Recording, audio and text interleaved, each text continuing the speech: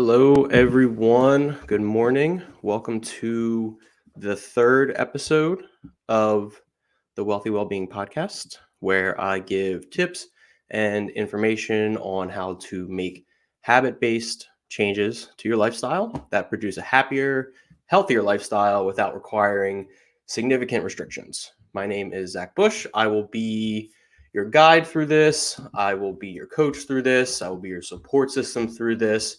I appreciate you listening and jumping on. And what I'm not here to do is give you fad diet changes or counting macros, but habit based tips and ways to improve your lifestyle, fit it in with your busy lifestyle, and make sure that you are living a more satisfied and healthy life for the long term. The previous two episodes, we talked about clarity.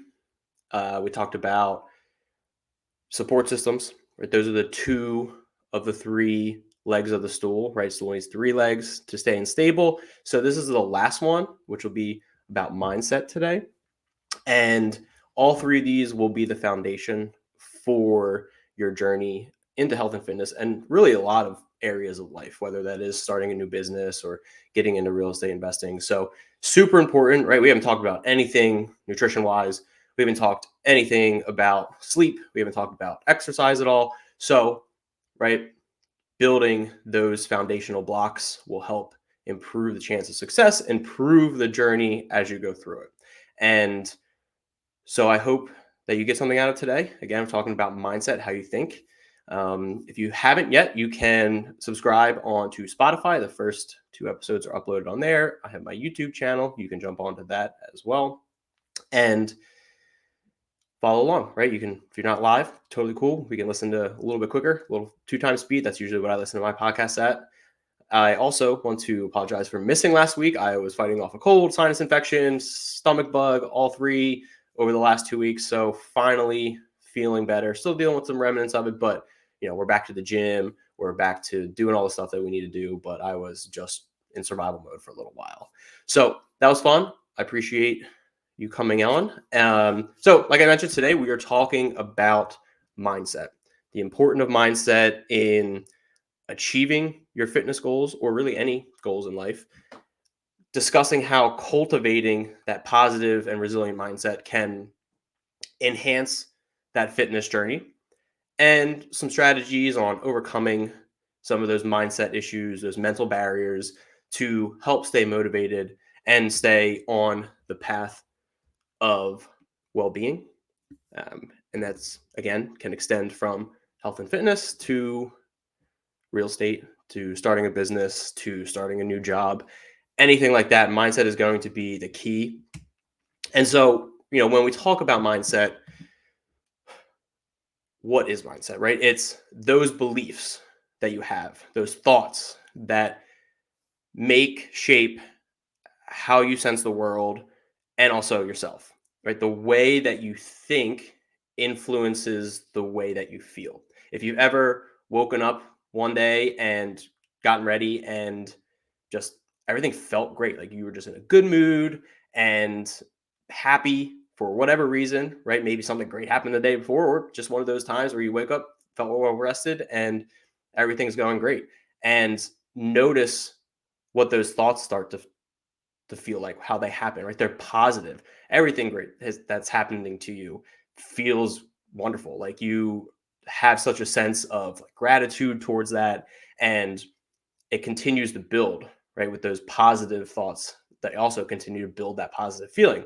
It works the same way in the opposite way, where if you've ever woken up just on the wrong side of the bed, just not in a good mood, every little thing that happens creates more of a negative thought process. And what does that do? Those negative thoughts start creating more negative feelings and so on and so forth. And it kind of digs you into that rabbit hole. And so the way that we think influences the way that we feel, and the way that we feel will also influence the way that we think. So they go hand in hand. And, you know, the problem with thoughts, they can have such a positive or negative effect on our actions. And Also, the problem with that is those thoughts are always with us. We can't get away from them. We are always in our own head. Whereas with food, we might not always have that immediate access to, those french fries or that candy or anything else that we know we shouldn't be eating, but we do anyway. So imagine walking around, bag full of candy or sweets or whatever does it for you, and just randomly just always having it accessible, right? If you always had that with you, it would be so much easier just to pop it in your mouth, eat it, and then, get that quick little burst of sugar or whatever it is, and, feel good. That's what those thoughts are. They're always with you. There's no way to escape it. So it's figuring out how to work with those thoughts. And our lives tend to move in the direction of our strongest thoughts. So what we think most consistently, what we think of, whether it is positive or negative, we're going to go down that way, where our lives are going to move that way. So if you're more positive or always positive, things around you will typically at least appear more positive, and you'll typically be in a better mood. So we want to be aware of those thoughts. What are we thinking? What are we saying to ourselves? And it might be active. It might be what you're actively thinking of. Maybe you're meditating or you're doing a gratitude journal, right? So you're actively thinking about those things, but it's also those random thoughts that pop into your head, and being aware of those thoughts. Then they're not always positive. They're not always negative either, but just being aware when they randomly pop in, how does it make you feel? How do you react to them? And how can we take steps to change those thoughts or words so that they can be more positive and can be more empowering? And those thoughts are based on two different mindsets. And if you've ever read the book Mindset, a pretty obvious self-explanatory title, it's all about mindset, by Carol Dweck. She talks about, fixed versus growth mindset. And that's going to be super important in having the distinction between the two. You can pretty quickly pick out somebody who's got one mindset versus the other. Right? That fixed mindset is that believing that your inherent traits, your inherent abilities, you're born with them, they're unchangeable, right? So having that fixed mindset leads to having that fear of failure or a reluctance to take a risk on new things, because they think that that's just how it is and they can't change it. For example, fail math test, right? I failed that test just because I'm not good at math, right? Maybe I didn't study at all, and that's why. But somebody who's got a fixed mindset thinks that they failed at something because they're not good at it, or they don't doesn't come naturally to them. But maybe there is another reason, and that's where the growth mindset comes in, believing that you can change those abilities, those talents, through effort, through perseverance, through being aware. And having a growth mindset leads to a more willingness to embrace those challenges, learn from your mistakes, and to continuously improve. So there's a significant difference between the two, right? One might take a little bit more effort of being aware, and by being aware, you can be more proactive with those thoughts. And the fixed mindset is just kind of a lazy way of moving on, just being like, all right, well, it's not me, or it's not my fault because that's just how I am. And it's not, maybe even if you are aware of it, just knowing that you have to do extra work on it to fix it. And having a growth mindset allows you to be more open to those risks, taking those chances, because you know that if you do fail at it, it's not because of something you inherently are, it's because of another reason, and you can learn from it for each thing that you do, whether that, is as simple as taking a math test, or if it's starting a new job, or if you're at a job and you make a mistake, or you don't pick something up and miss a deadline, and it's not necessarily because of how you are, but it's how you can react to it and learn from it and take those mistakes and get better from it and grow as a person. So mentally, and updating your thoughts on that specific situation, so that way you don't find yourself in it again, right? Typically people with a fixed mindset will run into the same things, right? Making the same mistakes or seeing the same issues, same failures happen again. they're not learning from it and they're not trying to grow from it. So focusing on growing from those things each and every time you come across it. So going from that, right? How to be more positive. Positive thinking. There's a couple ways that we can shift those thoughts. One thing is just changing our positive thinking, and that's by doing thinking gratitude. And I've recently started, thanks to a recommendation from someone, is a 5 minute journal. It's literally a journal that you can buy off Amazon. It's like $20, and it goes through. It's meant to be short, right? It's 5 minutes. So you do an activity in the morning and you do an activity at night, and it helps with that mindset because in the morning it starts with gratitude. Three things that you are grateful for in your life. And, you know, they're supposed to be unique between the three. And then as you go on through the day, right? You're doing it every day. So 365 times three, I don't know what that is, but it's a lot of things that you'll go through to be grateful for, over 1,000, right? So it starts your day off with thinking, what do I currently have that I can appreciate? And so it starts your day off in that positive mindset. So then as you go through the day, you know you're going to have to write it again the next morning. Subconsciously, you're thinking, what am I grateful for? What good things are happening to me? So you start off your day immediately with those three good things. And it can be as simple as, hey, I am happy that I have a roof over my head, or I am happy that I have all 10 fingers and they function perfectly fine, right? It sounds kind of silly. And even me, like, I struggle kind of getting over that simplicity of it. But even just starting with something simple as that will help set the tone for the rest of the day. And like I said, you will start to notice more things that you can be grateful for as you go throughout the day, because you know you're going to need to write it down. And so by writing those things down, you increase your happiness, you increase your resiliency, you increase your overall well being. And just like before, your thoughts influence how you feel. So by starting off with those happy thoughts, will influence those happy feelings and will snowball throughout the rest of the day. In addition to that, it talks about three things, the journal, three things that would make today a great day. All right. What is it? And it should be things that you can be in control of, because you're not in control of everything. So, if you say, hey, I want to take my dog for a walk at lunchtime, I want to, get this one thing done. I want to spend quality time with my wife and my son for an hour today. And then I want to read a chapter in my book. Perfect. Now I know, again, subconsciously throughout the day, I want to do those things. And if I get those three things done, I'm going to be happier each time I do those things, right? So I'll take the dog for a walk at lunch. Awesome. Like, I feel great. Like, awesome. That was one of the three things that I wanted to get done. It's just going to put you in that better mood. It's going to make you more productive and help you do the things that you might not want to do down the road, whether that is go to the gym or, meal prep and put that lunch together, that dinner together for the next day.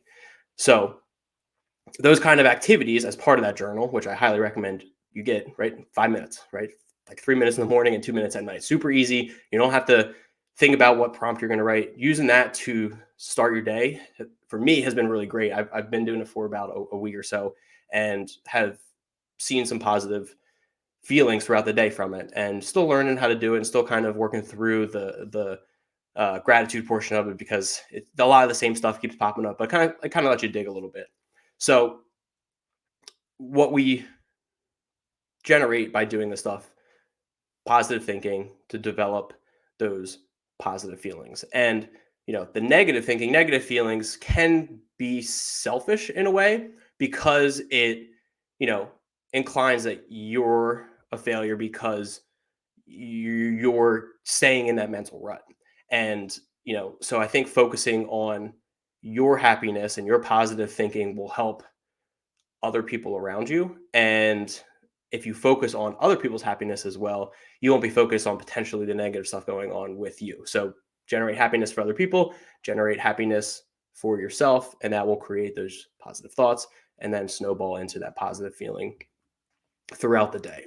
So, as you're going through the day, right, we talked about how your thoughts are always with you. You can't escape them, unfortunately. So what can we do throughout the day to fix those thoughts or to be aware of those thoughts and to start modifying those thoughts so they are more positive so we can feel better about ourselves, about what we're doing, which will build that motivation, build our momentum into living a healthier life. So, self-talk, right?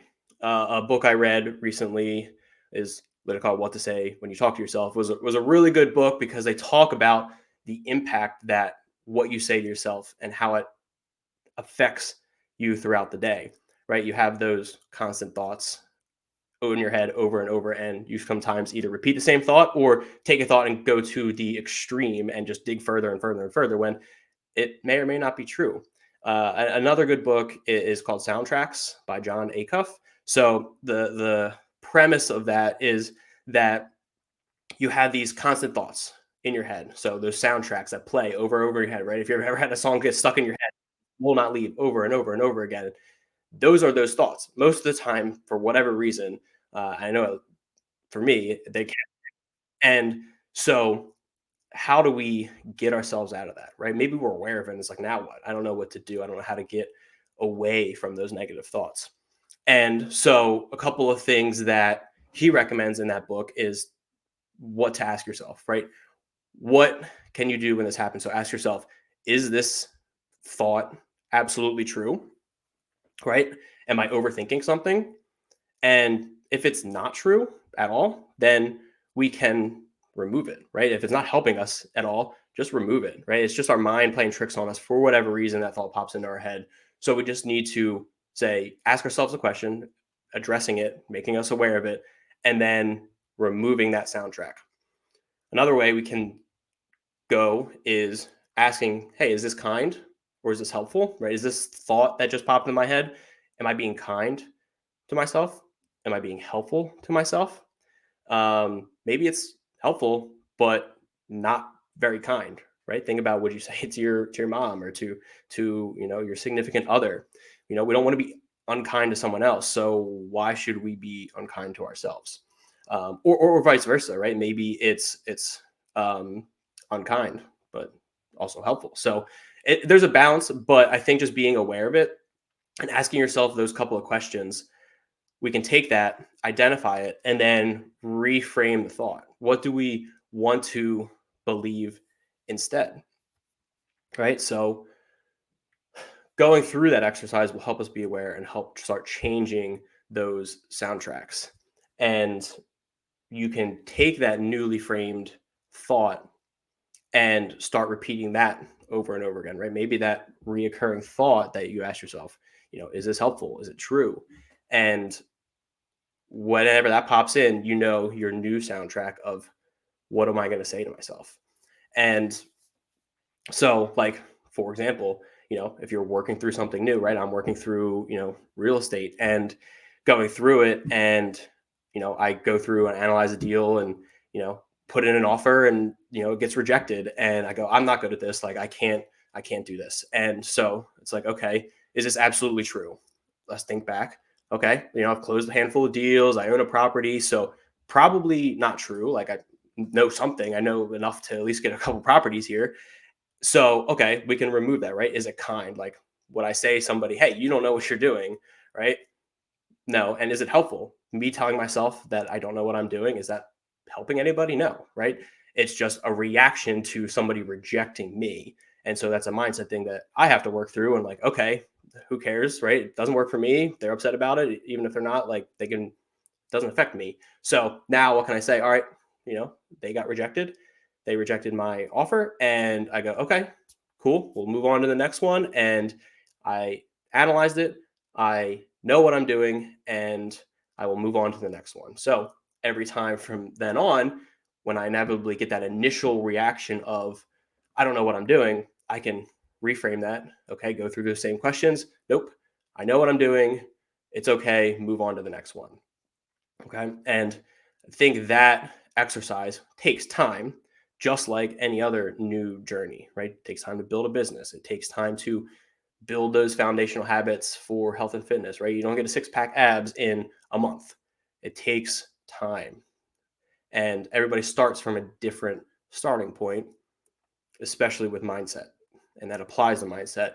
And some people are really quick to adjust and be aware and change those soundtracks. And some people it takes a little bit of time. I know for me, it takes me a while. I live in my head, I live in the emotions of it. Also, part of the problem, and you can ask my mom, is that I keep everything kind of boxed in. And, trying to work on being open and communicating more, communicating my feelings more, right? That'll make me more aware of them. It'll make people close to me aware of them, right? Like my wife, and have them help me update those soundtracks. So it doesn't have to be a solo effort either, right? If we have your accountability partner group, like we talked about last time, using them to bounce ideas off of and say, hey, here's how I'm feeling, and have them tell you, like, hey, why are you being so mean to yourself? How can we adjust what you're saying? And I think that's super important to do as well. And a lot of times those negative thoughts come from limiting beliefs, what we believe we can not do for whatever reason. And again, that comes back to the fixed mindset. I can't do it because of XYZ. I was born this way. I'm not good at it, whatever. Um, and they hold us back, those limiting beliefs, from taking that risk and taking the effort and even taking the action to do what we know we need to do to get somewhere. Example I have for limiting beliefs is, years ago there's a competition in the summer at my gym. It's a CrossFit competition, and it's a team competition, and it's huge. It's one of the biggest in the area. And it was teams of six. There was 40, 50 teams there, so 300 athletes. Like it was a big thing, all day event. And it was run and started by another coach at our gym. And you know he'd been running it for, I don't know, 7 years, something like that. And I think he was just like, oh, one day you'll take it over, one day you'll take it over. And I just remember thinking there, like, there's no way I could ever do this. I couldn't program the workouts for everything. I couldn't organize something to this scale. And I didn't really have a specific reason on why I thought that.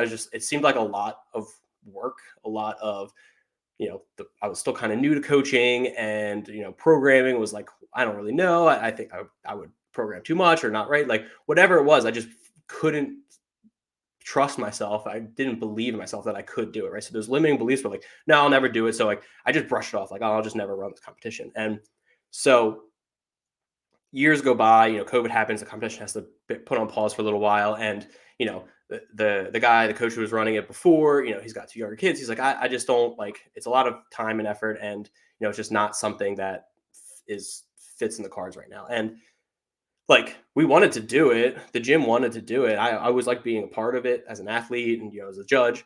And so I just took it on. And for whatever reason, I was like, yeah, sure, that's fun. Like, I had a couple more years experience, but I still was like, I don't really know what I'm doing. I don't know how to do this. I've never done anything like this before. And so I just pushed past those, right? It's that mindset of, all right, let me give it a try. Like, what's the worst that can happen? Like, I have the support system that I need. Right? I have the owners of the gym. I have the guy who ran it before. He's like, if you need help with anything, let me know. I'm more than happy to, like, programming, like whatever.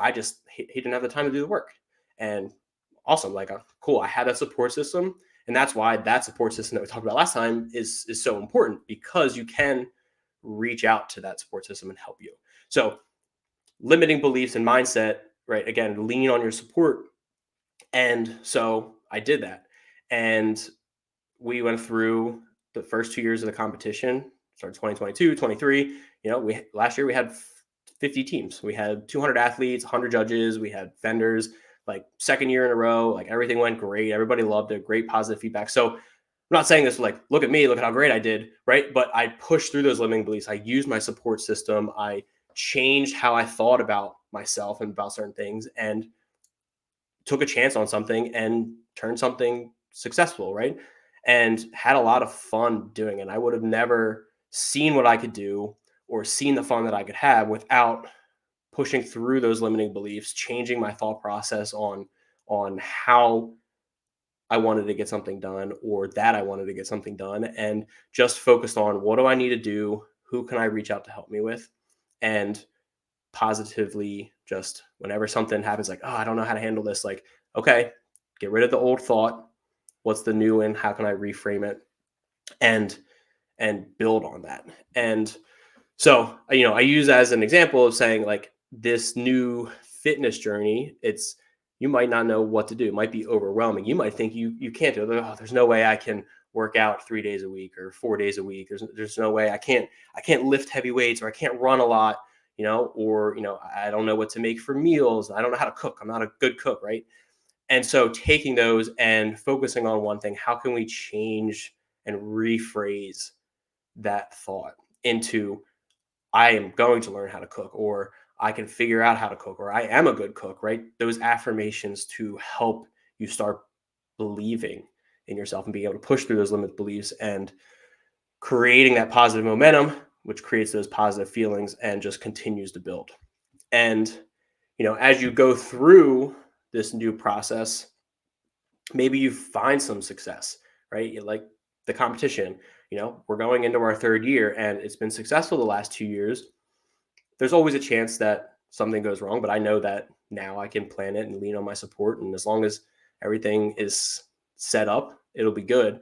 But there's still that level of imposter syndrome, which is another component of mindset that can creep in and make things difficult. So, as I'm going and planning on the third year that I'm running this, like I start to think that maybe I'm not able to do it. And, eventually people are going to figure out that maybe I don't know what I'm doing, right? I think I've proved at this point that I do, but still, even after 2 years of success with it, it still pops into your head. It still pops into my head. And that happens with a lot of new things and even things that you've been doing for a while, right? Imposter syndrome starts happening when you've been doing it. And, you think that maybe you've just gotten lucky. So as you go through this fitness journey, not letting that imposter syndrome thought start popping into your head.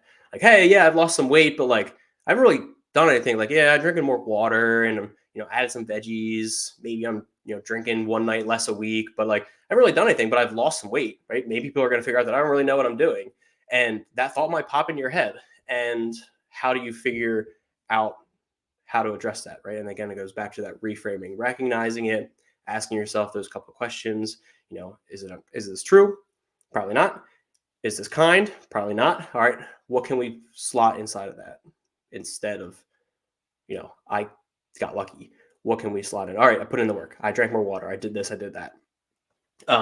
So we want to use mindset as a mental tool to help maintain that physical discipline, and not physical in like you're exercising, but physical in that you're continuing to do the work that you need to do to get to that end goal, right? So, you know, and as part of that imposter syndrome, you have to start, just identifying with that person who is doing the thing, right? If you're trying to be more fit, someone who is fitter will not grab that cookie from the break room or that snack from the break room or eat pizza every night, right? They're going to, order some salad or ignore the cookie and grab some veggies or something, right? They're going to do certain things as opposed to somebody who is less fit and who doesn't care about their fitness, and that's fine. They can do that, but just if you start identifying as somebody who does the thing, that'll help with that imposter syndrome and just trusting that you're doing the right thing as you go. And again, reframing those thoughts. Another portion of mindset is comparing, and the quote is comparison is a thief of joy. Once you start comparing yourself to somebody else, right, you start focusing on them and not on you and where you are. You don't know what that other person has done to get where they are. Maybe they're putting in a ton of extra work, or maybe it's taken them 2 or 3 years to get there. And I think nowadays with social media and Facebook and Instagram, they those comparisons are easier to make, and people are only posting their wins and not necessarily the work that it takes to get there. I've always respected people who on social media talk about the wins, right? You want some motivation from those people, but Also about the setbacks that happen. Not everything is great and not everything is easy. There's days that that I struggle going to the gym. There's days that other fit people, they struggle go to the gym, but they do it anyway. And when you start comparing yourself to somebody who lifts all the time and you're like, why am I not lifting like them? Like, you have to think about it and be like, you're not seeing the full picture. There's the image in our gym. It's an iceberg, and it's an iceberg. 80% of it's under the water, and like at the top of it, it's like success and achievement and all that stuff, and at the bottom it's like perseverance, hard work, like work, pushing through, demotivation, pushing through, like failures, all that stuff. So it's like all of this stuff that you don't see under the surface, and all you see is the little top 10%. So when you start comparing, think about all the stuff that happened at the bottom that were negative, that were they able to overcome. And so when you are struggling with something, know that that's part of that 80, 90% that most people don't see and that you have to push through. And when those happen, remembering to look back on why are you doing this and leaning on your support system to help change how you're thinking about those failures and those setbacks. And the other thing too, when it comes to comparison, is usually when you're comparing, you're thinking about how far away you are from somebody else. But do you ever look at where you were before, or you don't look down on somebody else because they're behind you, right? You're only looking forward. So why don't we not look ahead if we're not looking behind either?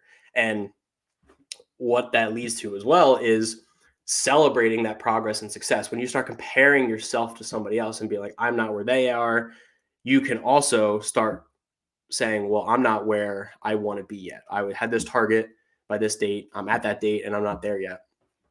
And that's also a comparison within yourself is negative too, because you may be in a better spot. And a great book on that is The Gap and the Gain by Dan Sullivan.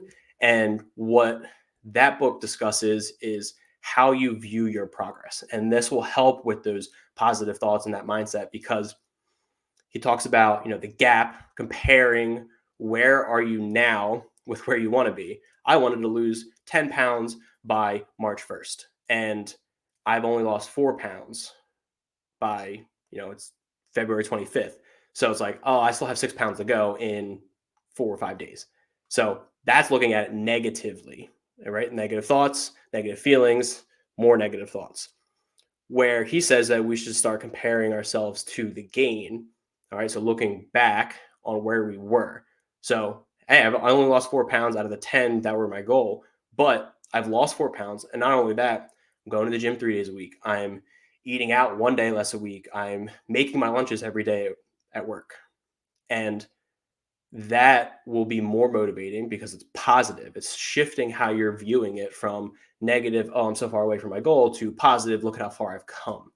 And by shifting that perspective, it will be more motivating to look at where you've come and where you've developed over the time period, even if it's not ending up at your end goal. And with mindset, we want to focus on how can we create the most positive thoughts to create the most positive feelings and allow us to make those decisions that are typically hard, the unmotivated times, easier to continue to move forward.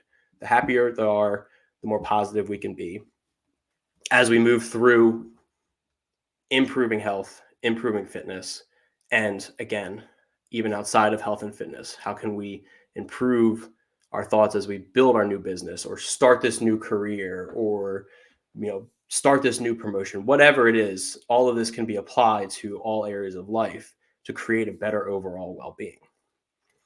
So as we come to the end of the episode, I always want to make sure that we can leave with some action steps.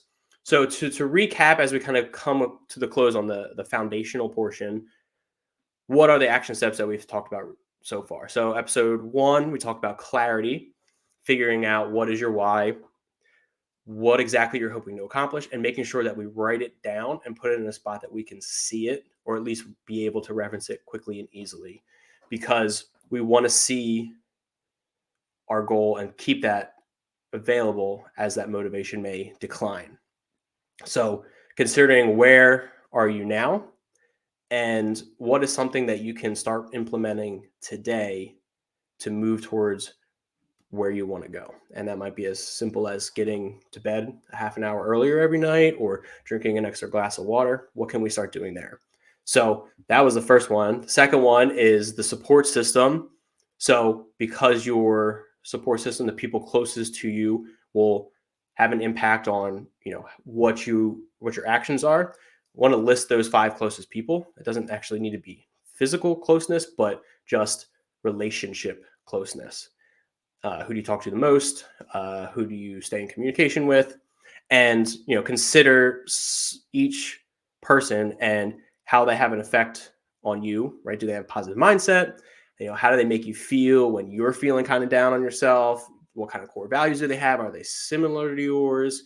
Is it somebody that would hold you accountable? And is it somebody that might also be interested in going on this journey with you? And if they're not, starting the journey with you, is it somebody that would support you throughout the journey? And then, so let's go to action steps from this episode pertaining to mindset. And a lot of it is going to be keeping aware when something happens, whether that's some decision that you have to make or an unexpected event that happened, or maybe you're stressed over something. Notice your thoughts and the resulting feelings from those thoughts. And this can be done with a journal or on your notes app, whatever. And does it turn negative immediately? Does that make you angry? What do you start saying to yourself? What do you say throughout the rest of the day to yourself? Does it just ruin the rest of your day? And you can even just stop there. You don't necessarily need to work on changing it, like changing those soundtracks, but just start noticing and being more of aware of it. And what we can do too is I would recommend getting the 5-minute journal because that's a structured way to do it. But every morning, write down one thing that you want to do that day that will move you towards your next goal, whether that's add a glass of water or get to bed at a certain time. And that will get you subconsciously thinking throughout the day. If I just achieve this one thing, if I get it done early, maybe that sets the tone for the rest of the day. And then at night, before you go to bed, highlight of the day. What happened that was super positive?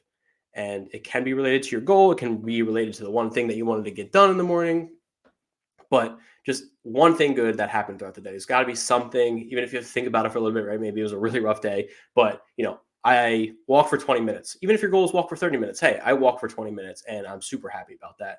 Again, just trying to focus on the positive thoughts, positive feelings, and developing those to help keep the momentum going and just helping to feel better overall. So, if you need any help with anything, if you have any questions, feel free to DM me on Instagram, on Facebook. I will have this episode uploaded to YouTube and Spotify shortly. And yeah, if you need help with anything, just reach out. I appreciate everybody hopping on and can't wait to talk to you next week.